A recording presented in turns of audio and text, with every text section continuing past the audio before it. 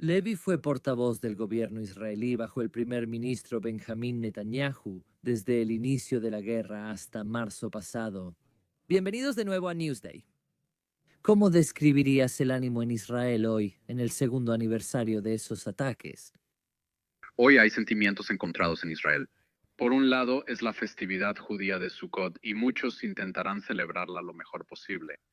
Pero también hay enojo, un trauma persistente por lo que fue el día más oscuro en la historia de nuestro país. La gente recuerda cómo saltaron de la cama en la mañana con las sirenas que anunciaban los miles de misiles que Hamás lanzó contra Israel, el miedo al ver las noticias y comprender la magnitud de la invasión de Hamás y sus atrocidades bárbaras, pero también un optimismo cauteloso de que la pesadilla que Hamás comenzó hace 2 años, cuando perpetró la masacre del 7 de octubre y lanzó a esta región a una guerra en la que Israel ha sido atacado en 7 frentes, un optimismo cauteloso de que finalmente podría estar llegando a su fin y que jamás finalmente podría estar dispuesto a liberar a esos rehenes que ha estado matando de hambre y torturando en las mazmorras bajo Gaza. Y parece claro por las encuestas de opinión que los israelíes ya han tenido suficiente de guerra. Quieren que este conflicto termine, ¿no es así? Bueno, los israelíes no querían esta guerra desde el principio. Esta no es una guerra que Israel haya comenzado, querido o siquiera esperado. La guerra fue declarada contra Israel el 7 de octubre.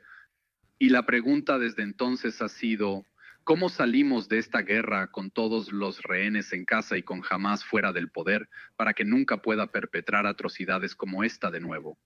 Lo primero que hizo Hamás después de invadir el 7 de octubre fue amenazar con repetir el 7 de octubre, el 1 millón de octubre, una y otra vez hasta que Israel sea destruido.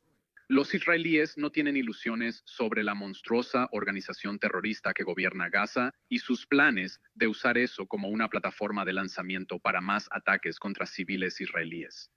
Y ahora estamos en un punto donde una combinación de presión militar y diplomática ha aislado a Hamas.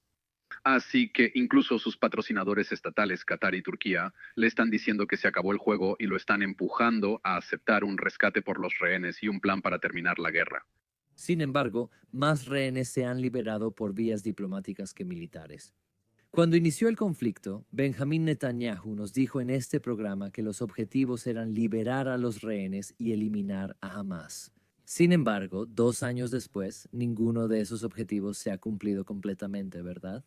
Porque hace aproximadamente una hora escuchamos al ejército israelí decir que un proyectil fue disparado desde el norte de Gaza hacia Israel en el segundo aniversario.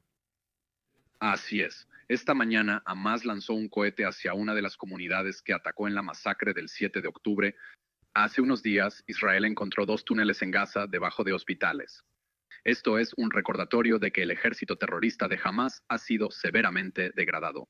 Ya no es la fuerza de combate profesional que era antes. Es un grupo guerrillero que está librando una guerra urbana, pero sigue muy activo. E incluso si hay un acuerdo para terminar la guerra, Hamas todavía tendrá que ser desmantelado o la próxima guerra solo será cuestión de tiempo. En cuanto a la cuestión de los rehenes, Hamas tomó a esos rehenes para usarlos como seguro de que podría sobrevivir a la guerra que inició. Desde el inicio, se exige que Israel pague un rescate que mantendría a Hamas en el poder y libere a terroristas convictos con sangre en las manos. Así que jamás puede volver a preparar la próxima masacre. Ahora tienes razón. Rehenes fueron liberados por misiones heroicas de rescate de las fuerzas de defensa de Israel. La gran mayoría fueron rescatados porque Israel pagó un rescate. Ese rescate implicó la liberación de terroristas, incluidos terroristas con sangre en las manos, que cumplían cadenas perpetuas. El rescate incluyó en la primera etapa y en la segunda etapa, pausando la guerra, pero jamás ha estado reteniendo a los últimos rehenes como seguro de que sobrevivirá a la guerra que inició, para poder prepararse para la próxima. Dices que fue un rescate, pero fue una negociación diplomática, ¿no es así? Este es el mismo tipo de negociación que ocurre ahora en el resort egipcio de Sharm el Sheikh. Escuchamos de... No, no, lo siento. Lo siento, si me permite, quiero responder un momento. Cuando una organización terrorista secuestra a personas inocentes de sus camas, les apunta con un arma a la cabeza, amenaza con ejecutarlos si no les pagas. Eso no es una negociación diplomática, no es legítimo ni un trato, es extorsión. Cuando secuestras personas y exiges un precio por su liberación, eso es un rescate.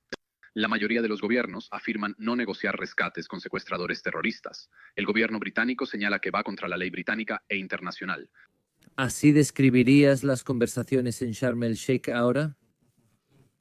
Esto es Israel pagando un rescate. Absolutamente. Estas son negociaciones de rescate por rehenes, a quienes Hamas está maltratando, a quienes Hamas amenaza con ejecutar y por quienes Hamas está exigiendo un precio para su liberación. Entonces, si lo caracterizas en esos términos, ¿eso significa que no crees que Israel deba participar en estas negociaciones? Creo que necesitamos sacar a esos rehenes. La mayoría de los gobiernos dicen que no negocian con secuestradores terroristas. No tenemos opción porque sabemos que los han matado de hambre, torturado y mantenido en condiciones inhumanas. Claro, hay un problema. Al pagar rescate a terroristas, los incentivas a tomar más rehenes. Ese riesgo lo tendrá que afrontar Israel, pero tenemos una responsabilidad hacia los ciudadanos inocentes que fueron arrancados de sus camas o de un festival de música, algunos de los cuales todavía sufren heridas horribles desde el 7 de octubre. Pagar un rescate es terrible y nadie lo desea. Israel está dispuesto a pagar un gran rescate para que sus ciudadanos regresen sanos y salvos. Hace una hora escuchamos a un autor que conoce a personas en Hamas decir que él creía muy poco probable que Hamas aceptara deponer las armas. Ese es uno de los puntos que aparecen en el marco de paz de Donald Trump. Si Hamas se niega a deponer sus armas, ¿la guerra continúa?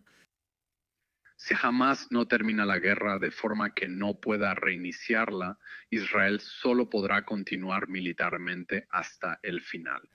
Estados Unidos ha dicho que apoyará firmemente a Israel en la eliminación de Hamas. Aunque después de 2 años de conflicto, más de 1.000 miembros del servicio israelí han muerto, más de 60.000 gazatíes han sido asesinados y se ha destruido una gran parte de Gaza, el ejército israelí no ha podido eliminar a Hamas. Seguramente es poco probable que pueda hacerlo en otros 2 años. Recordemos que a una coalición internacional de 70 naciones le tomó 10 meses desalojar a Estado Islámico solo de la ciudad de Mosul, cuando solo había 3.000 terroristas. Ellos no tenían rehenes ni túneles debajo de casi todo. Gaza es el campo de batalla urbano más complicado de la historia y nadie dijo que sería fácil. Pero las consecuencias de dejar a Hamas en el poder y armado en Gaza son que, si esta no es la última guerra en Gaza, habrá una próxima guerra en Gaza. Y nadie quiere una próxima guerra en Gaza. Hamas es una organización terrorista genuinamente genocida. Quiere destruir el Estado de Israel.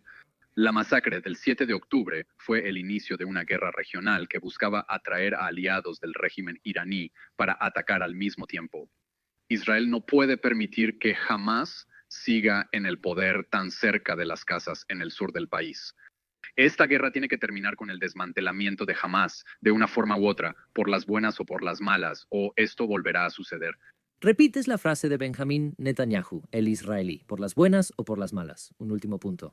¿Cree que el marco de paz de Trump para Gaza podría funcionar si ambas partes siguen el texto que han indicado públicamente que están dispuestas a seguir, que se podría terminar con un Estado palestino y un Estado israelí viviendo pacíficamente uno al lado del otro?